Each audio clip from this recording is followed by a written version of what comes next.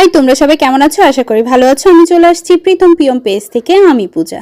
আজ আমরা চলে যাব সবাই মিলে কক্সবাজার। এই তো আমরা গাড়িতে উঠে পড়লাম, কিছু ভিডিও ক্লিপ নিয়ে নিয়েছি।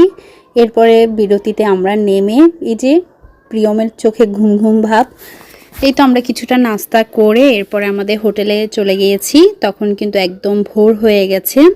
আমরা এসএ ইন্টারন্যাশনাল হোটেলে ছিলাম। সকালবেলা একটু ঘুমটুম গিয়ে ফ্রেশ হয়ে আমরা নাস্তা করতে চলে যাব। এই তো নাস্তা করার আগে কিছুটা ক্লিপ নিয়ে নিলাম। রাস্তাটা একদম সুন্দর ছিল, মানে মনে হচ্ছে যে নিরিবিলি একটা জায়গা। প্রথমে আমরা পালঙ্কিতে চলে গিয়েছি, কিন্তু পালঙ্কিতে সকালে নাস্তা ছিল না। তারপরে আমরা শালিকে চলে গিয়েছি। শালিকে গিয়ে খুব ভালো লাগছে, পরিবেশটা একদম ন্যাচারাল ছিল, খুবই ভালো লেগেছে। নাস্তাগুলোও খুব ভালো ছিল। নাস্তা করে আমরা ওখানে কয়েকটা ফটোশ্যুট করেছি। ফটোশ্যুট না করলে কি হয় বলেন? ফটোশ্যুট করে নিলাম সবাই সবার মতো করে।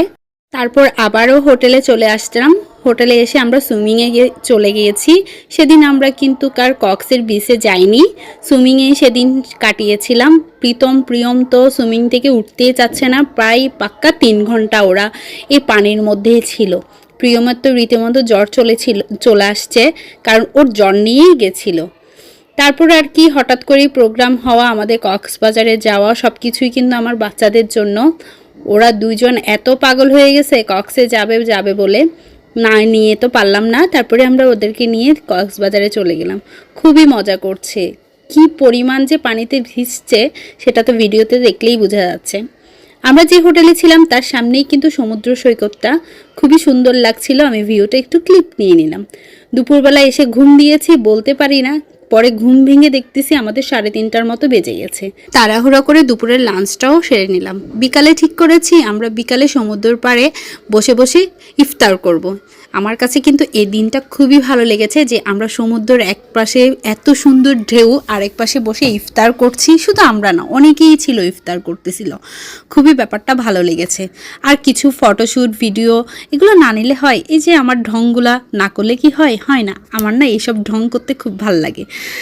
এই আর কি, ঢং করা শেষ। ওরা তো পানিতে নেমেছে আর উঠার নাম নেই। আমি একটু ভিডিও ক্লিপ নিলাম সেই দূর থেকে।